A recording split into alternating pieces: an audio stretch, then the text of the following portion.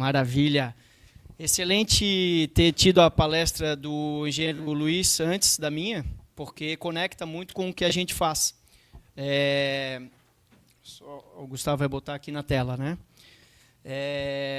Essa questão que ele colocou da cultura, né? Nós somos justamente, a nossa atividade é justamente a de criação de cultura, de transformação.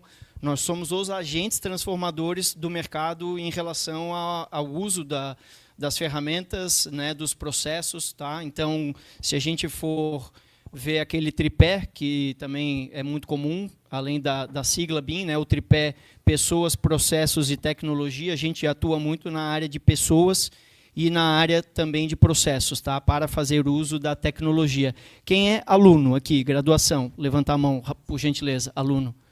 Parabéns, tá? Parabéns, porque recebi a informação de que a gente está com muita evasão na engenharia e na arquitetura, na UFSC também, tá?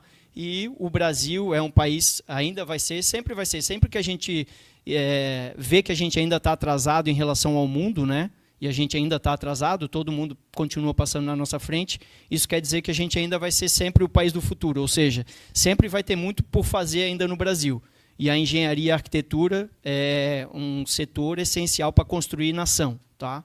Então, quem resistir vai ganhar dinheiro, vai ter uma carreira profícua. Né? Hoje está difícil, mas nós temos que lutar. Tá? Inclusive, para quem é da área de projeto, uma briga que eu faço para a defesa da profissão de arquitetura e de engenharia é que o mercado de projeto, né, se a gente for ver uma conta básica de uma obra custando 100%, né? Qual é o investimento que é feito em projeto? Da ordem de 3, 4, 5, no máximo 6% do custo da obra. Tá? Quanto que ganha um corretor de imóveis? Com a imobiliária junto? 6% da obra? Não, da venda, do VGV, do produto já transformado. Tá? Então, o corretor de imóveis tem a mesma formação que vocês? Não tem. Ele sabe vender, então saibam vender também. Eu acho que esse é também das intenções aqui minhas na apresentação, porque eu atuo, além da área técnica, né, desenvolvi, desde da participação na empresa júnior de engenharia civil na UFSC, a habilidade de comercializar, de vender. Tá? Não tive formação para venda, mas acabei depois me desenvolvendo, né, através do mundo empresarial, na parte comercial, então, de venda. Tá? Então, meu nome é Márcio Zamelini Orofino, sou engenheiro civil formado pela UFSC em 2004, tá? Entrei em 99, 2, tenho, então, completei 21 anos de carreira, tá? 15 anos atuando com modelos de informação da construção, tá? E depois, ainda antes de atuar com o BIM especificamente, atuando na área de conforto, eficiência energética e sustentabilidade. Tá? Eu sou sócio da Canteiro AEC, que quer dizer Arquitetura, Engenharia e Construção. Quero colocar o O para chegar em Arquitetura, Engenharia, Construção e Operação, para conectar com a vida útil do projeto. Tá?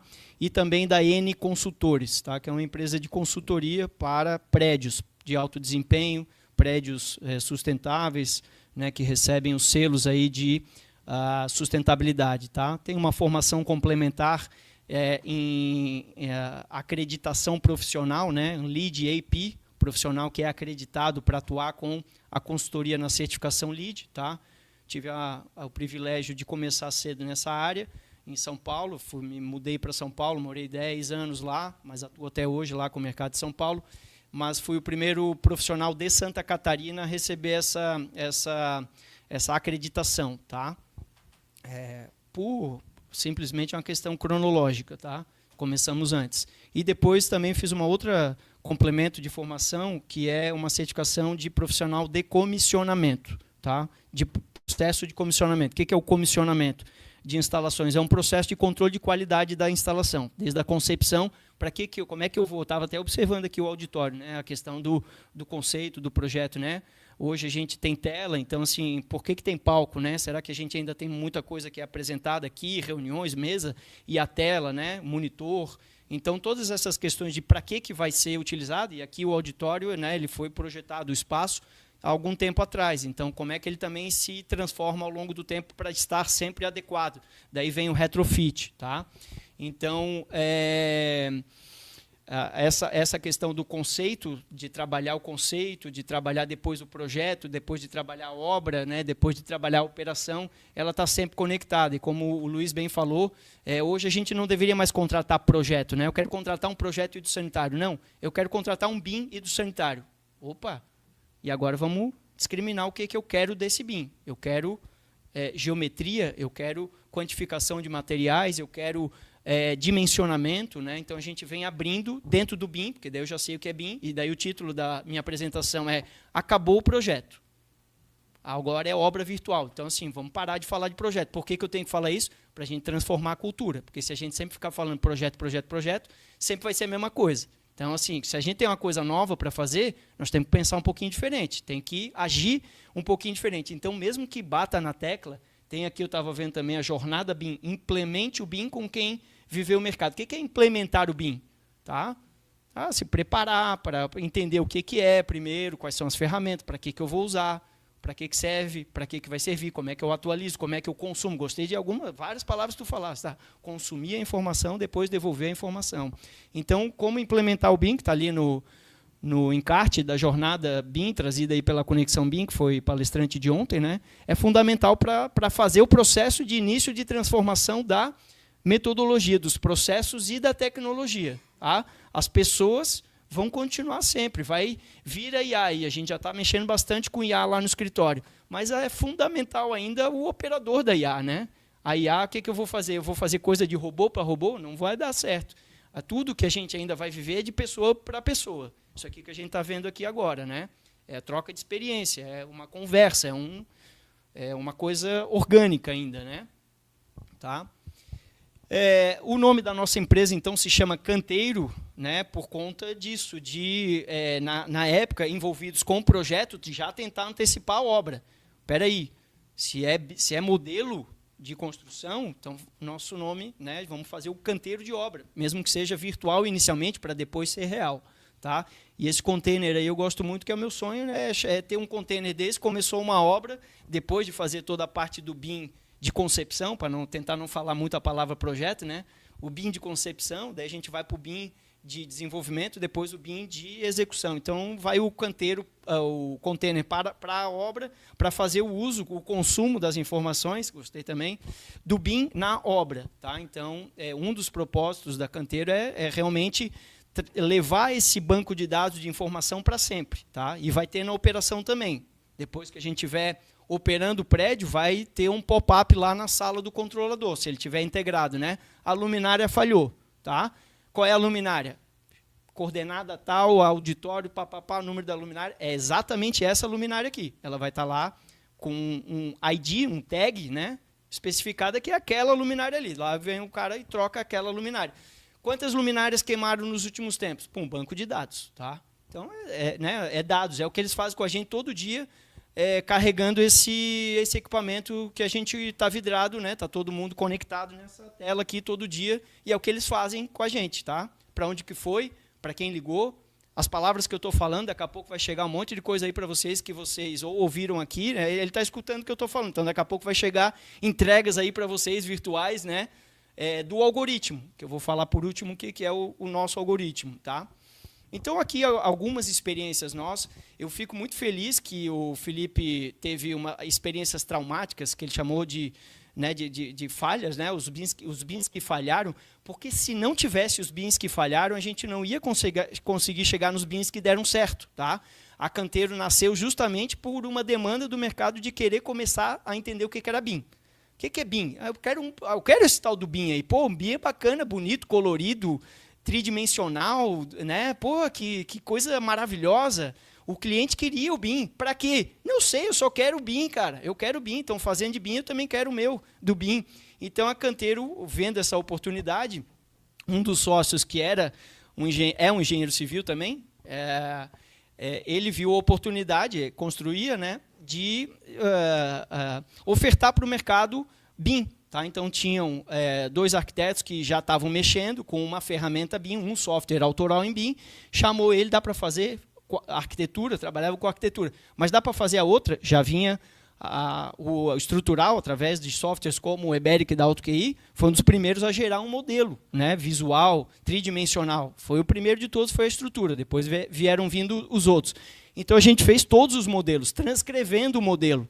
Através do quê? De um projeto. E daí começou essa história de obra virtual. Porque se eu tinha um projeto que estava em 2D, e quando eu transcrevia, ele estava todo errado, cheio de incompatibilidades, vamos dizer assim, pô, né, sacanagem dizer que o projeto estava todo errado, né? Igual do Niemeyer, a obra ficou cara porque o projeto era dele, porque ele era um artista, né? Não se preocupava tanto com quantidades, né, só ficar o cara. Então, a gente transcrevia, criava um modelo, e quando compatibilizava, quando unificava o modelo, quando integrava o modelo, começavam a vir as incompatibilidades. Por quê? Porque ele não era raciocinado de maneira integrada. Então, esse é um dos grandes benefícios do BIM, de tu conseguir visualizar a integração entre as coisas. Porque é o único setor, e esse é daí também uma outra transformação de cultura que a própria universidade é responsável por fazer, é o único setor, a construção civil é o único setor ainda que trabalha com o que eu chamo de um esquartejamento de disciplinas. Tá? É o único setor que tem o setor de design separado do setor de construção. Todas as outras indústrias, naval, aeronáutica, automobilística, computacional, o próprio celular, né, quando o Steve Jobs estava lá criando o iPhone e tal, estava todo o time de design e construction envolvido, porque ele tinha que ser projetado para funcionar, para operar, para ser construído e para caber no bolso e para o dedo, né? Então estava todo mundo pensando junto, porque não tinha a arquitetura do iPhone, a estrutura do iPhone, a elétrica do iPhone, a climatização do iPhone, né? Não tinha, não é isso, é o projeto do iPhone. E no prédio, por que é assim? É um projeto arquitetônico. Daí, de novo, com todo respeito ao doutor Oscar Niemeyer. Mas ele, inclusive, na época, por conta da restrição que tinha de tecnologia, sabia o que acontecia na estrutura. E tinha um parceiro que estava sempre junto, fazendo a estrutura. Então, quando ele concebia a arquitetura, ele já imaginava a estrutura. Mesmo que, inicialmente, ele quisesse sonhar com os vãos gigantescos e tal, o camarada que estava junto, que era o coprojetista da arquitetura dele, dizia, doutor, vai ficar difícil. Dá para fazer? Dá para fazer. O cliente quer pagar? Quer pagar. Então, vamos. Né? E assim ele conseguiu ser o arquiteto que é, com obras ousadas, mas que estão todas lá. Vai em Brasília, uma das coisas que eu fiquei mais impressionado quando fui a Brasília e vi ali os prédios públicos da Praça dos Três Poderes, é a precisão da execução, está tudo ainda ali, a questão de flechas, deformações aceitáveis e tal, mas é uma coisa magnífica, né? A questão do alinhamento daquela tem um outro elemento que fica em cima de um espelho d'água, no nível absoluto, tá desenhado à mão ainda, no nanquim. Então, de novo, depois viemos para o CAD e agora estamos no BIM, e ainda, por que ainda muita coisa está dando errado? Né? Por conta da falta de implantação e da falta de transformação cultural. Tá? Então, por mais que seja repetitivo, tem que continuar sendo repetitivo para dar certo. Então, a gente viveu muitos projetos para chegar aonde a gente está. Esse aqui foi modelado, várias disciplinas, um hospital de alta complexidade, né, de oncologia infantil em Curitiba. Tá? Todas as disciplinas, na época, modeladas então pela Canteiro e analisadas, né, para compatibilização, e daí voltava para o projetista para dizer para o projetista mudar no 2D para eu mudar de novo no modelo. Pô, que loucura. E fazíamos e fizemos. Aeroporto de Florianópolis, uma obra industrializada, né, tinha que encaixar as peças, é diferente da obra moldada em loco, que tu consegue empurrar para lá, chegar para cá, fazer aquele cambalacho. Na obra industrializada não dá, e também não vai dar. E a gente vai começar a viver a obra industrializada por outra transformação cultural. Também, igual está aqui pouca gente estudando engenharia, tem pouca gente se candidatando para ser pedreiro, e para ser servente, para ser carpinteiro. Eles querem trabalhar sentado no banco do carro. De um carro que, elétrico, confortável, ganha tanto quanto, não carrega peso, mais longevo, ou para entregar, e a nova economia está aí, disputando as pessoas, né, o que fazer. E quando isso acontece, a construção vai sempre existir, vai continuar existindo. Se tem alguma coisa que sempre vai continuar existindo, é a construção. E no Brasil, mais ainda. Se der certo, de algum jeito, que a gente começar de novo a engrenar na economia e na cultura, no aprendizado, nós temos um monte de coisa para resolver ainda, né, de valores, de coisa básica, né, e que continua precisando. Né, o Brasil ele tem realmente muita coisa para fazer. vai começar a ser valorizado. E a gente, quem sabe, começa a brigar na engenharia pelo mesmo honorário do corretor.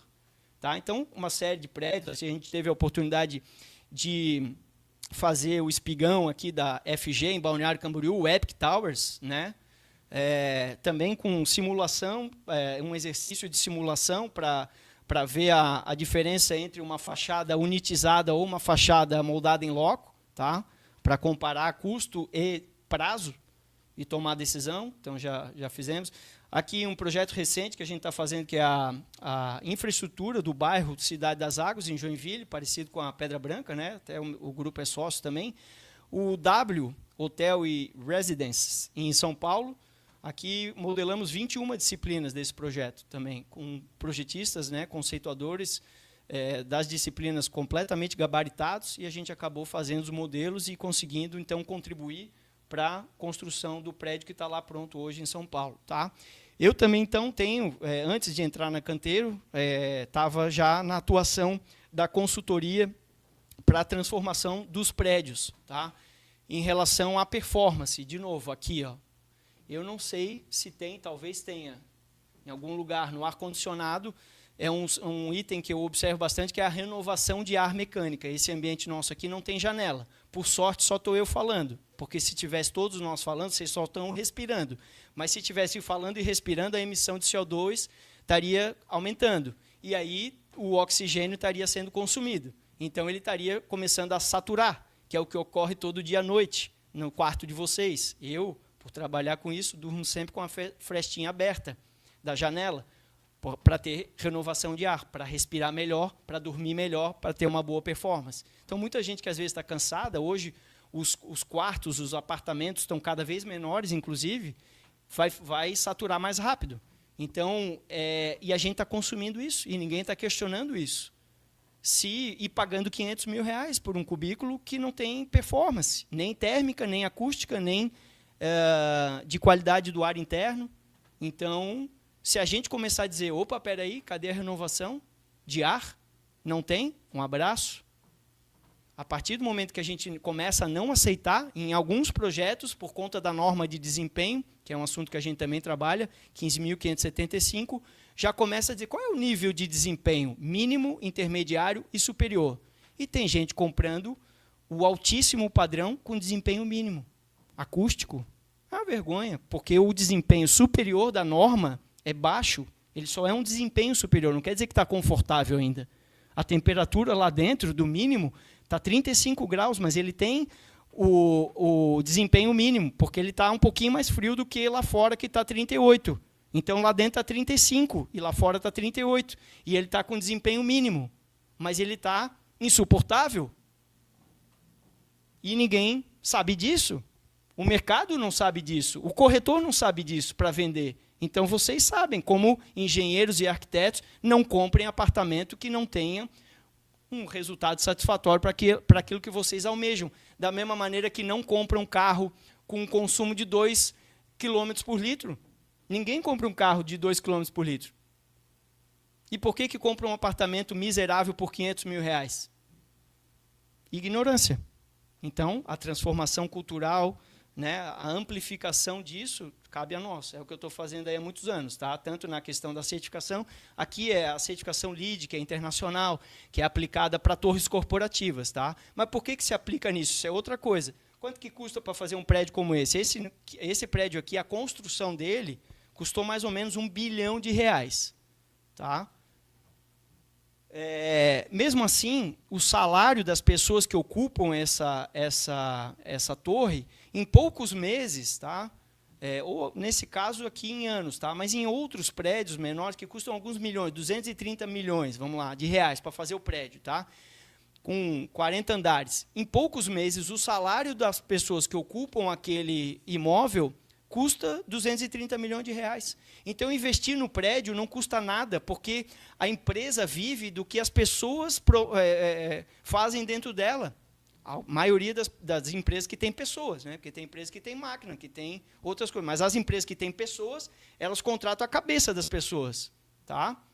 E o que é que elas fazem com a cabeça artificial hoje? Além da cabeça orgânica, a cabeça artificial. Então, vale muito a pena investir nisso. Por quê? Porque ele quer se sentir bem, a iluminação tem que estar boa, para ele estar ativo, para ele estar ligado. Aqui também, será que vocês estão cansados? Não dava para melhorar, não dava para melhorar? Dá para mapear como é que está se sentindo. Está bom? O som está bom? Estou ouvindo bem? Estou vendo bem? Estou me sentindo confortável? Estou com calor? Não estou? Na sala de aula faz toda a diferença. Vai ver o aluno lá, um dos maiores problemas, né? Tem até em filme. Criança vai mal. O que é? O óculos. Ninguém descobriu que o guri não consegue ver na tela o óculos.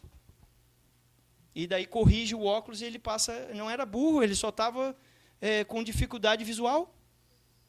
Tá? Então, tem uma série de prédios. Esse aqui acabou de ser entregue na sexta-feira da semana passada. O Residencial Puro Brasil Live Design, da Unique Jurerê. Ele, além de ser modelado em BIM, compatibilizado, construído virtualmente, daí recebeu as análises de norma de desempenho, do térmica, acústica, lumínica, recebeu uma certificação internacional chamada Fitwel, que tem algumas questões relacionadas à saúde e bem-estar, tá, da edificação. E ficou maravilhoso, tá? Acho que é daí de novo, né? Se pode ou não pode falar, não sei, mas é um dos melhores produtos e melhores prédios que existem em Florianópolis. Fachada ventilada. No decorrer da obra, isso precisa retroalimentar no modelo. No decorrer da obra, a cliente decidiu fazer a fachada ventilada. Ela não era inicialmente, tá? Mas ela quis fazer por uma questão até de produtividade executiva. Era mais caro, mas quis investir. E não tem muito aqui, tá? Talvez tenha o prédio da Voa, ali na Beira-Mar, o Sinfonia, Ópera, alguma coisa assim, que é aquele branco bonito. Aquele é um prédio também qualificado, com fachada ventilada, mas são coisas que a gente ainda não vê muito por aqui, tá? E branco ainda. Então, assim, em termos de desempenho térmico, ele é todo branco, ele se fecha. O camarão, né, que é esse brise, esse fechamento vertical, externo que ele tem, ele é todo branco, então ele se protege, tá? E é isso, né, a gente não tem, quase escuta falar pouco, né, de vidro de controle solar, ou vidro de uma maneira geral. O carro de vocês tem vidro todos os carros têm vidro de controle solar. Como é que a gente consegue viver só com aquele ar-condicionadinho, né? E antigamente nem tinha. Nós, brasileiros, vivemos muito tempo com carro manual, e o carro básico, né, o pelado. Eu me lembro, e eu sempre pensei comigo, né, no filme do ET, que era em 1984, o carro já era automático, tá? E tinha ABS, né, mas ele já era automático como padrão. A gente demorou décadas para ter o carro automático como padrão. Ainda não é como padrão. O padrão hoje é o carro automático. O mercado